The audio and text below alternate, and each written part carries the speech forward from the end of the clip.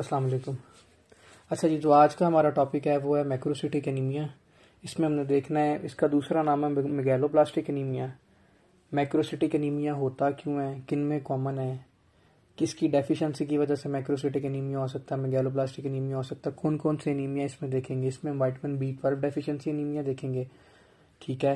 और इसमें हम क्या देखेंगे, vitamin B9 folate deficiency anaemia भी हम इसमें देखेंगे, ठीक है।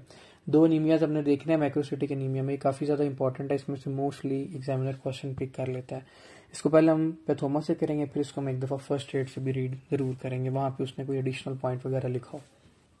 अच्छा, सबसे पहले हम इसमें डिस्कस करेंगे विटामिन B12 डेफिशिएंसी एनीमिया, ठीक है। Vitamin B12 deficiency anaemia, vitamin B12 deficiency anaemia में सबसे पहले हमें इसमें दो रिएक्शन पता होना चाहिए। ये सबसे पहले पता होना चाहिए कि ये एब्जॉर्ब किधर से होता है, ये हमें मिलता कहाँ से है, किस पॉइंट पर जाके इंटेस्टाइन के ये एब्जॉर्ब होता है, क्या इसका फंक्शन है हमारी बॉडी के अंदर। ये सारी चीज़ें पता होंगी तो इजीली क्वेश्चन पिक हो जाएगा। हमें विटामिन B12 है ना, वो मीट सोर्स से मिलता है, ठीक है। मीट से हम इसको लेते हैं विटामिन B12 को। इसकी एब्जॉर्प्शन होती है इलियम, स्मॉल इंटेस्टाइन का जो पार्ट होता है ना इलियम, इसकी एब्जॉर्प्शन वहाँ पे होती है। फिश से भी हमें विटामिन B12 मिल सकता है। इलियम में इसकी एब्जॉर्प्शन होती है। ये हमारी बॉडी में ना लीवर में जाके स्टोर होता है और 3 से 4 साल तक, ये 4 ईयर तक स्टोर हो सकता है लीवर के अंदर, ठीक है। अच्छा, ये तो थी नॉर्मल सी चीज़ें, इजी से चीज़ें। आपको इसके बारे में भी पता होना चाहिए कि इसकी एब्जॉर्प्शन किधर होती है, क्योंकि फॉर एग्जांपल कोई भी इलियम पे कोई इफेक्ट हो गया, कोई डिजीज़ है, फॉर एग्जांपल क्रोन डिजीज़ है, अगर किसी को क्रोन डिजीज़ हो गई है तो इलियम के लेवल पे हुई है, तो वहाँ पे तो फिर इसकी एब्जॉर्प्शन है वो कम हो जाएगी। तो विटामिन B12 डेफिशिएंसी की एनीमिया हो सकता है। आगे जाके इसको पढ़ते हैं, इसके क्या फंक्शन है, क्यों ये इंपॉर्टेंट है। अच्छा, पहले इसकी थोड़ी सी और बेसिक्स पढ़ लें। जो हमारा ये होता है ना मैक्रोसिटिक एनीमिया, होता क्यों है। फॉर एग्जांपल अगर किसी के अंदर मैक्रोसिटिक एनीमिया हो गया ना, तो जो उसकी DNA की सिंथेसिस है ना वो सही नहीं होगी। इन शॉर्ट ये कह लें कि ये हमारे B9 और B12 ना हमारे क्या हेल्प करते हैं, DNA की सिंथेसिस में भी हेल्प करते हैं। अगर फॉर एग्जांपल किसी को विटामिन B12 की डेफिशिएंसी है तो उसका DNA सिंथेसाइज सही नहीं होगा, जिसकी वजह से ना उसका जो RBCs का साइज है ना वो बढ़ जाएगा, इंक्रीज कर देगा। और इसीलिए हमें CBC पे जो हम MCV लेवल चेक करते हैं वो ग्रेटर देन 100 होता है, 100 से ज्यादा होता है। और ये ही इसका की फीचर है MCQs पिक करने का। एग्जामिनर मस्ट मेंशन करेगा जो उसका मीन कॉर्पस्कुलर वॉल्यूम है ना वो ग्रेटर देन 100 है। फिर डायरेक्टली आपने इसको सिम्टम्स की बेस पे देखना है कि ये विटामिन B12 डेफिशिएंसी है या विटामिन B9 डेफिशिएंसी है। अच्छा, इसने तो करना था DNA की सिंथेसिस। अब जो हमारा विटामिन B9 है ना वो एक्टिवेट होता है विटामिन B12 की मदद से। फॉर एग्जांपल अगर किसी पेशेंट के अंदर विटामिन B12 की डेफिशिएंसी है ना, तो उसके अंदर फिर with the passage of time vitamin B9 की भी डेफिशिएंसी है। अगर फॉर एग्जांपल एक लेडी है वो प्रेग्नेंट है, आप उसको विटामिन B9 सिर्फ दे देंगे ना तो उसका कोई फायदा होने वाला नहीं है। अगर कोई पेशेंट है उसमें विटामिन B9 की डेफिशिएंसी है, आप उसको विटामिन B9 प्रेफर कर देंगे, अकेले का कोई फायदा नहीं है। इसीलिए साथ विटामिन B12 जरूर देना होता है। क्यों? क्योंकि विटामिन B12 एक्टिवेट करता है किसको, विटामिन B9 को, ठीक है। ये मिथाइल टेट्राहाइड्रोफोलेट को ना मिथाइल टेट्राहाइड्रोफोलेट को चेंज करता है आगे किसमें, टेट्राहाइड्रोफोलेट के अंदर चेंज करता है। ये एक्टिव फॉर्म होती है किसकी, विटामिन B9 की। अब जो यहां से मिथाइल ग्रुप होता है ना ये जाके अटैच हो जाता है किसके साथ, विटामिन B12 के साथ, जिसका नाम होता है कोबालामीन, ठीक है। और ये मिलके क्या बना देते हैं, मिथाइल कोबालामीन। अब देखें वही बात, अगर किसी पेशेंट के अंदर B9 की डेफिशिएंसी है तो आप उसको सिर्फ B9 देते रहेंगे तो उसका कोई फायदा नहीं। क्यों? क्योंकि वो एक्टिवेट होगा नहीं। उसको एक्टिवेट किसने करना है, विटामिन B12 ने करना है। इसीलिए साथ मस्ट आपने विटामिन B12 जरूर देना होता है। जब हमारी सेल्स की डिवीजन सही नहीं होगी, ठीक है, फॉर एग्जांपल हमारे न्यूट्रोफिल्स की डिवीजन सही नहीं होगी, उसका साइज भी बढ़ जाएगा, तो हाइपर सेगमेंटेड न्यूट्रोफिल्स देखेंगे हम इसमें, ठीक है। हाइपर सेगमेंटेड न्यूट्रोफिल्स, 5 से ज्यादा लोब्स होंगे किसके, न्यूट्रोफिल्स के। बेसिकली लेस देन 5 होते हैं, 3 to 5, लेस देन 5 होते हैं। अगर 5 से ज्यादा हो जाए, 3 to 5 इसका नॉर्मल लेवल है। अब अगर इसका साइज इससे बढ़ जाए, हाइपर सेगमेंटेड न्यूट्रोफिल्स हो जाए, तो ग्रेटर देन क्या हो जाएगा, 5 हो जाएगा। अच्छा जी, मैंने आपको क्या बताया, जो मिथाइल टेट्राहाइड्रोफोलेट है वो किसके अंदर चेंज होता है, टेट्राहाइड्रोफोलेट के अंदर चेंज होता है। और इसको कौन करता है, विटामिन B12 करता है, कोबालामिन करता है। इसलिए जो मिथाइल ग्रुप होगा वो जाके अटैच हो जाएगा कोबालामिन के साथ, क्या बना देगा, मिथाइल कोबालामिन बना देगा, और टेट्राहाइड्रोफोलेट अपनी एक्टिव फॉर्म में आ जाएगा। ठीक है, जब हमारी डिवीजन सेल्स की सही नहीं हो रही, डीएनए सही नहीं बन रहा, तो आरबीसी का साइज भी बढ़ जाएगा। इसमें जो न्यूट्रोफिल है उनको हाइपर सेगमेंटेड न्यूट्रोफिल देखेंगे, ग्रेटर देन 5 देखेंगे। ठीक है, 5 से ज्यादा लोब होंगे। बेसिकली 3 से लेस देन 3 to 5 इसके नॉर्मल होता है, लेकिन इसमें हम 5 से ज्यादा किसके लोब्स देखेंगे, न्यूट्रोफिल्स के लोब्स देखेंगे। अच्छा, ये तो था सुपरफिशियली ओवरव्यू। अब इसको एक दफा हम इधर बुक से रीड कर लेते हैं, मैक्रोसिटिक एनीमिया को उसने क्या लिखा है, फिर हम विटामिन B12 की तरफ शिफ्ट होंगे। एनीमिया विद द एमसीवी 100 से ज्यादा, most commonly due to the folate और vitamin B12 deficiency, same thing. Folate and the vitamin B12 are necessary for the DNA synthesis, DNA की सिंथेसिस में help करते हैं। Folate circulate in the serum as a methyl tetrahydrofolate, ये इसकी inactive form है folate की, vitamin B12 की, जो मैंने आपको बताया मिथाइल टेट्राहाइड्रोफोलेट की फॉर्म में होता है।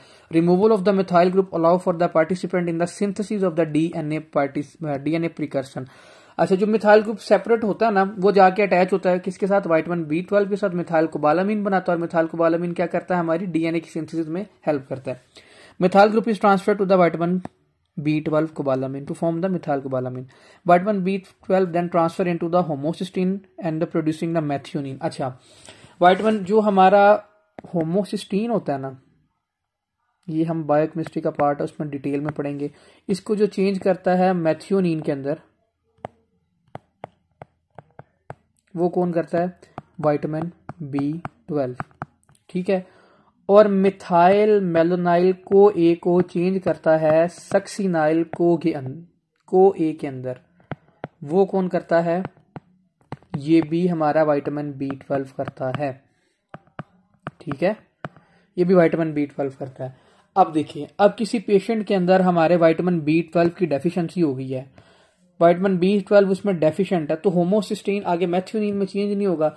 और जब हमारी होमोसिस्टीन का लेवल इंक्रीज हो जाता है ना, तो ये हमारी इस्कीमिक हार्ट डिजीज करवाता है, एथेरोस्क्लेरोसिस वगैरह करवाता है हमारी बॉडी में। ठीक है, पूछ सकते हैं कि कैसे कार्डिक इफेक्ट आ सकते हैं विटामिन B12 की डेफिशिएंसी होने की वजह से। क्यों, क्योंकि हमारा किसका लेवल इंक्रीज कर देगा, होमोसिस्टीन का लेवल इंक्रीज कर देगा। मिथाइल मेलोनाइल को ए आगे चेंज होता है सक्सिनाइल को के अंदर, इसको भी कौन करता है, विटामिन B12 ही करता है। अब फॉर एग्जांपल किसी के अंदर विटामिन B12 की डेफिशिएंसी है, उसने कुछ 4-5 सालों से मीट वाली डाइट ली नहीं है, तो उसमें विटामिन B12 की डेफिशिएंसी है, उसमें मिथाइल मेलोनाइल को ए सक्सिनाइल को के अंदर चेंज नहीं होगा। ठीक है, अब मिथाइल मेलोनाइल को ए का लेवल इंक्रीज कर गया। जब मिथाइल मेलोनाइल को ए का लेवल इंक्रीज कर गया ना, ये हमारे टॉक्सिक होती हैं, किसके लिए, नर्व्स के लिए टॉक्सिक होती हैं, ये नर्व को डैमेज करती है। इसीलिए हम इसमें न्यूरोलॉजिकल सिम्टम्स देखते हैं, किसमें, विटामिन B12 की डेफिशिएंसी की वजह से। क्यों देखते हैं, क्योंकि जो मिथाइल मेलोनाइल को ए होता है वो क्या होता है, टॉक्सिक होता है हमारे लिए। अच्छा, ये तो था इसका विटामिन B12 की ओवरव्यू भी मैंने आपको यहाँ पे दी थी। इसको आगे जाके डिटेल में पढ़ते हैं, किन पेशेंट के अंदर ये डेफिशिएंट होता है, अगर ये इसकी डेफिशिएंसी है तो कौन कौन सी डिजीज आगे हो सकती है फर्दर। ठीक है, क्या क्या इसमें एब्नॉर्मलिटीज देखेंगे, क्या सिम्टम्स इसमें आएंगे, क्या डायग्नोसिस वगैरह, हम इसको सारे को एक दफा रीड कर लेते हैं।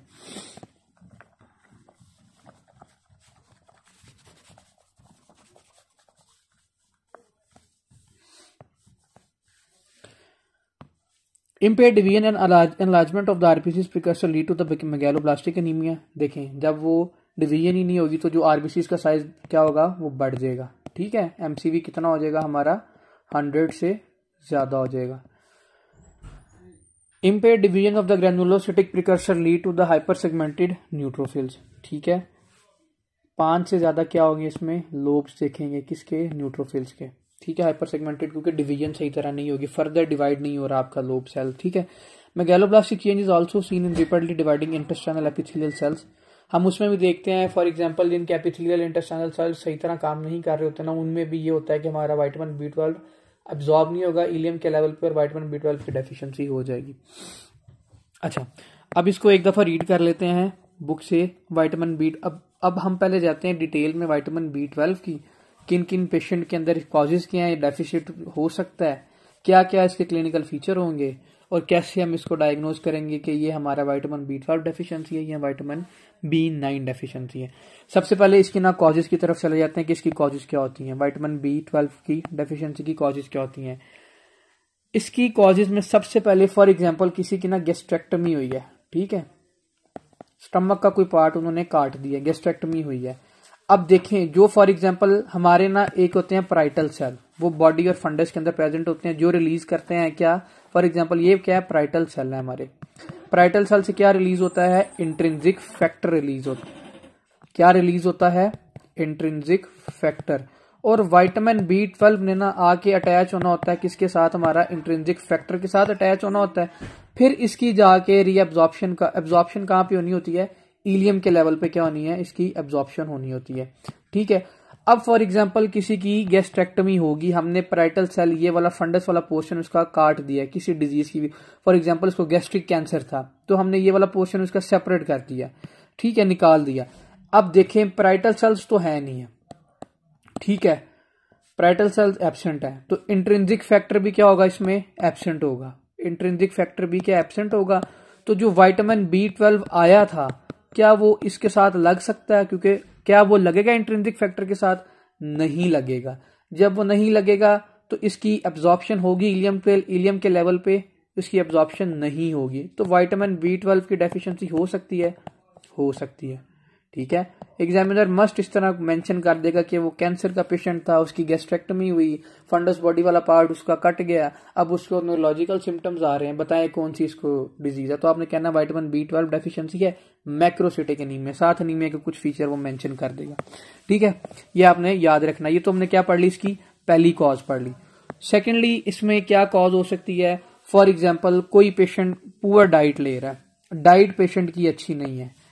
पुअर डाइट में क्या हो सकता है कि पेशेंट क्या यूज कर रहा है, पेशेंट वेजिटेरियन है, ठीक है, वो सिर्फ सब्जियां खा रहा है, सब्जियां यूज कर रहा है, मीट खाता ही नहीं है, क्योंकि कुछ पेशेंट होते हैं, कुछ लोग होते हैं जो सिर्फ वेजिटेरियन होते हैं, नॉन वेज नहीं होते, तो वेजिटेरियन में भी क्या हो सकता है, कॉमन हो सकती है, सेकेंड कॉज, ठीक है। थर्ड कॉज की तरफ मूव ऑन करें। जो इसकी थर्ड कॉज होती है वो होती है जी क्रोन डिजीज होती है। क्या होती है, क्रोन डिजीज। अब क्रोन डिजीज हमारा कैसे करवा सकता है vitamin B12 deficiency. Crown disease ना आपके एसोफेगस से लेके आपके रेक्टम एनस तक कहीं पे भी इन्फ्लामेशन हो जाना, हम उसको क्रोन डिजीज बोलते हैं। फॉर एग्जांपल हमारे इलियम के लेवल पे होगी है, ठीक है, जब हमारे इलियम के लेवल पे इन्फ्लामेशन होगी है, ठीक है, वहां से हमारी विटामिन B12 एब्जॉर्ब नहीं हो रहा, तो विटामिन B12 की डेफिशिएंसी क्या हो जाएगी, अगेन उस पेशेंट के अंदर हम देख सकते हैं विटामिन B12 डेफिसिट हो जाएगा उसमें। अच्छा, अब चलते हैं इसकी अगली इंपॉर्टेंट कॉज। एक हमारा ना फिश टेप वर्म होता है, वो भी हमारे किधर एक्ट करता है, वो भी हमारे इलियम पे करता है, उसका नाम होता है डिफ्लोबोथ्रियम लाटम्स, ठीक है। ये आगे उन्होंने यहाँ पे मेंशन किया हुआ, क्या नाम है, डिफ्लोबोथ्रियम लाटम फिश टेप वर्म होता है, जो हमारे किसको इन्वॉल्व करता है, इलियम पे जाके आपकी वो करवा देता है, फॉर एग्जाम्पल इन्फ्लामेशन करवा देगा, तो फिर विटामिन B12 की क्या हो जाएगी, डेफिशिएंसी हो जाएगी। अब किसी पेशेंट को है परनीशियस अनीमिया, ये तो वैसे एक सेपरेट एक अलग डिजीज है, हम इसको सेपरेट भी डिस्कस करेंगे, लेकिन अभी मैं इसको आपको सिर्फ सुपरफिशियली ओवरव्यू दे देता हूँ। परनीशियस अनीमिया में होता क्या है, परनीशियस अनीमिया में ना आपकी एंटीबॉडीज बन जाती है अगेंस्ट किसके, आपके पैराइटल सेल्स के, इंट्रिंसिक फैक्टर के। अब हमारी एंटीबॉडीज बन गई है अगेंस्ट पैराइटल सेल्स के और उसके क्या कहते हैं, इंट्रिंसिक फैक्टर के, मेनली इंट्रिंसिक फैक्टर के, तो इंट्रिंसिक फैक्टर फिर रिलीज नहीं होगा। जब इंट्रिंसिक फैक्टर रिलीज नहीं होगा तो विटामिन B12 उसके साथ अटैच नहीं होगा। जब विटामिन B12 अटैच नहीं होगा तो विटामिन B12 की क्या हो जाएगी, डेफिशिएंसी हो जाएगी, ठीक है। विटामिन बी, ये थी मोस्ट इंपॉर्टेंट इसकी कॉज। क्या क्या हमने पढ़ी, सबसे पहले हमने पढ़ी इसमें गैस्ट्रेक्टमी पढ़ ली, पहली कॉज, ठीक है, पहले ये पढ़ी। सेकंड फिर हमने कैसे पढ़ लिया कि ये कैसे करवा सकते हैं B12 डेफिशिएंसी, पैराइटल सेल्स पे जाके, पैराइटल सेल किसी में एब्सेंट है, इंट्रिंसिक फैक्टर रिलीज नहीं हो रहा और विटामिन B12 उसके साथ लगेगा, रीअब्जॉर्प्शन नहीं होगी। इलियम के लेवल पे इसकी रीअब्जॉर्प्शन होती थी। Vitamin B12 deficiency poor diet वाले पेशेंट के भी अंदर हो सकती है, फॉर एग्जांपल वेजिटेरियन है जो, क्रोन डिजीज के अंदर भी हो सकती है, और परनीशियस एनीमिया के अंदर भी विटामिन B12 डेफिशिएंट हो सकता है। अच्छा, ये तो थी इसकी कॉजेज। अब बात करते हैं जी इनके क्लिनिकल फीचर्स की। इनके क्लिनिकल फीचर्स क्या होंगे। हमें कैसे पता चलेगा कि इस पेशेंट को विटामिन B12 की डेफिशिएंसी है? किसकी बात करनी है अब? क्लिनिकल फीचर्स की। क्लिनिकल फीचर्स में हमें सबसे पहले ये चीज नोट करनी है कि इसमें कोई न्यूरोलॉजिकल सिम्टम्स तो नहीं है। फर्स्ट ऑफ ऑल पहले तो हम लैब पे देखेंगे एमसीवी का लेवल इंक्रीज होगा, ठीक है। पेशेंट किसके साथ अपीयर करेगा? एनीमिया के सिम्टम्स के साथ। उसको लाइट हेडनेस है, वो जो हमने शुरू में पढ़ा था, हाइपोक्सिया, शॉर्टनेस ऑफ ब्रेथ, वो सारी वही उसको एनीमिया, ठीक है। फिर पेशेंट को क्या होगा? पेशेंट की सोर टंग होगी, मीन्स के स्टोमेटाइटिस हो सकता है, inflammation of mouth and glossitis हो सकता है, ठीक है। इसके साथ पेशेंट अपीयर करेगा, स्टोमेटाइटिस, ग्लोसाइटिस। ये फीचर जो इसका की डायग्नोस्टिक फीचर है ना, इस पेशेंट के अंदर क्या होगी? न्यूरोपैथी होगी।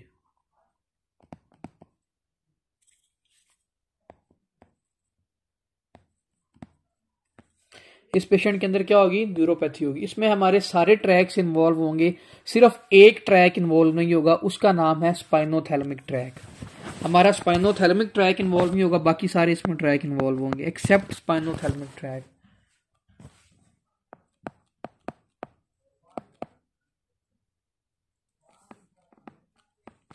स्पाइनोथैलेमिक के अलावा हमारे सब ट्रैक इन्वॉल्व होंगे। फॉर एग्जांपल हमें कैसे पता चलेगा कि इस पेशेंट को क्या है? पेशेंट कहेगा जी मेरे हाथ पे ऐसे जैसे ना कीड़ियां चल रही हैं, सुइयां चुभ रही हैं, टिंगलिंग सेंसेशन होगी उसको, ठीक है। हाथ मेरा मूव नहीं कर रहा, फॉर एग्जांपल अगर उसकी हाथ की हिस्ट्री के साथ आता है ना, हैंड की हिस्ट्री के साथ, कि मेरे हाथ पे कीड़ियां चलती हैं, मुझे इस तरह लगता है, और साथ ये कि मेरा हाथ हिलता नहीं है, मूव नहीं करता समटाइम्स, ठीक है। ये सारे जो फीचर है ना, ये हमारे ये ट्रैक्स के हैं कि इसमें ट्रैक्स इन्वॉल्व हो गए हैं, जिसकी वजह से मोटर सेंसेशन ठीक नहीं आ रही। क्यों ठीक नहीं आ रही? मैंने आपको शुरू में बताया था, जो हमारा मिथाइल मेनोल को ए है, वो क्या होता है? वो हमारे नर्व्स के लिए क्या होता है? टॉक्सिक होता है, ठीक है। अब वो हमारे सारे ट्रैक्स को इन्वॉल्व करेगा एक्सेप्ट किसको? स्पाइनोथैलेमिक ट्रैक को। ये एमसीक्यूज पूछ लेते हैं, कौन सा ऐसा ट्रैक है जो हमारे विटामिन B12 की डेफिशिएंसी के अंदर नहीं इन्वॉल्व होता है? वो है स्पाइनोथैलेमिक ट्रैक, याद रखना है आपने। यूरिनरी इनकॉन्टिनेंस होगी, क्यों? क्योंकि जो उसकी नर्व की सेंसेशन है वो ठीक नहीं जा रही, यूरिनरी इनकॉन्टिनेंस होगी इस पेशेंट के अंदर, ठीक है। ये देख सकते हैं। डिमेंशिया होने के ज्यादा से ज्यादा इसमें चांसेस हैं। बस इसमें जो आपने मेन याद रखना ना, वो है न्यूरोलॉजिकल सिम्टम्स। जो इसका मेन है, क्या याद रखना है? न्यूरोलॉजिकल सिम्टम्स, वो इंपॉर्टेंट है हमारे लिए।